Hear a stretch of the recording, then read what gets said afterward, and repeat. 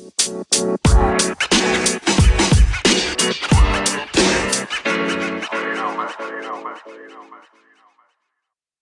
now listening to the Contemporary Equity Podcast with your host, Garen.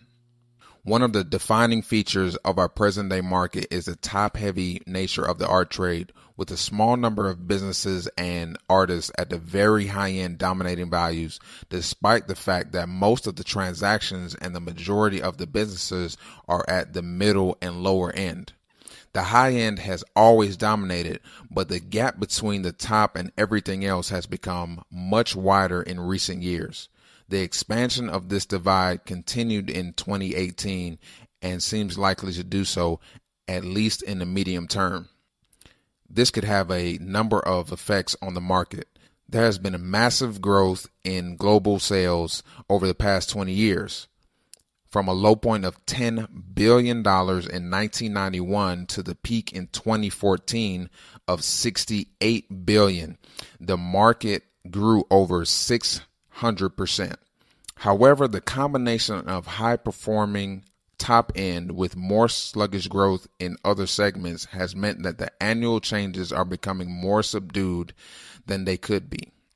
From a macro perspective, as long as auction houses and dealers can feed the market with adequate high-end supply, it is likely that positive growth will continue. But the new reality of an extremely thin market at the top puts obvious restraints on the size of the growth from year to year. Over the past few years, we have seen very clearly that sales are not only tied to the supply, but also to the wider political and economic context, and that this can have a significant influence on both sellers' plans and discretionary spending.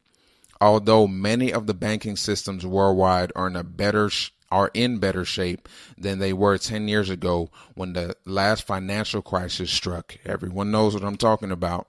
Many businesses in the art trade have concerns about the effects of the economy and politics in the future, with many of the risks they will face over the next few years possibly being exacerbated by toxic politics, trade wars, potentially reduced cross-border cooperation, and constrained central bank policies.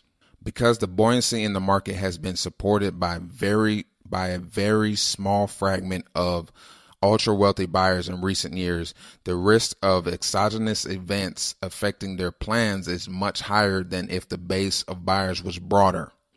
While the expanding middle classes in developing regions could help broaden and diversify the base of art buyers, this depends heavily on the increasing engagement with the market, with positive effects so far feeding in very slowly to most businesses.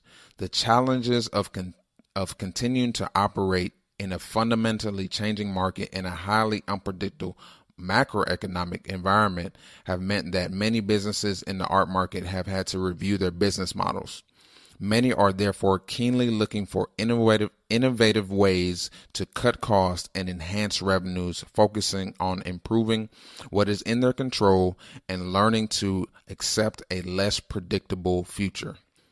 As more sales move online, the traditional divide between auction versus dealer is in everything but the top tier of the resale market is conceivably becoming less relevant. The neat historical divide between auctions acting as agents and dealers as principals is already non-existent, as dealers now often no longer act as principals, while auctions are increasingly engaged in private sales. But we could see a future where most businesses, auction houses and dealers, who deal in anything but the high end carry out most of their sales online. With margins under increasing pressure and the cost of spaces and staffing so high, traditional auctioneering and dealing in the middle and lower ends of the market may become less feasible. Where the divide is likely to continue and competition possibly escalate is at the very top end of the market. In this top tier, the auction house has an advantage of providing more transparency as well as the potential for unexpected upside for vendors. While this is a great attraction in buoyant markets, that transparency poses significant risks in market downturns or when there's a generally pessimistic climate for sales. Another attraction of the auction sector has been the ability to entice vendors through providing different kinds of financial assistance.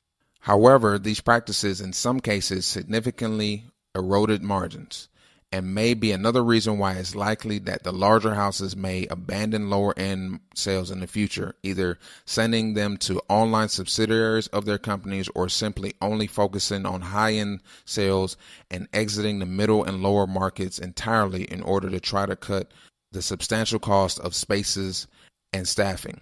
This could have a significant negative side effect for the market in that it could obscure prices in these segments because the auction sector remains the only publicly available barometer of individual transaction prices due to the fact that many online auction companies persist in the opaque and regressive practice of obscuring sales results.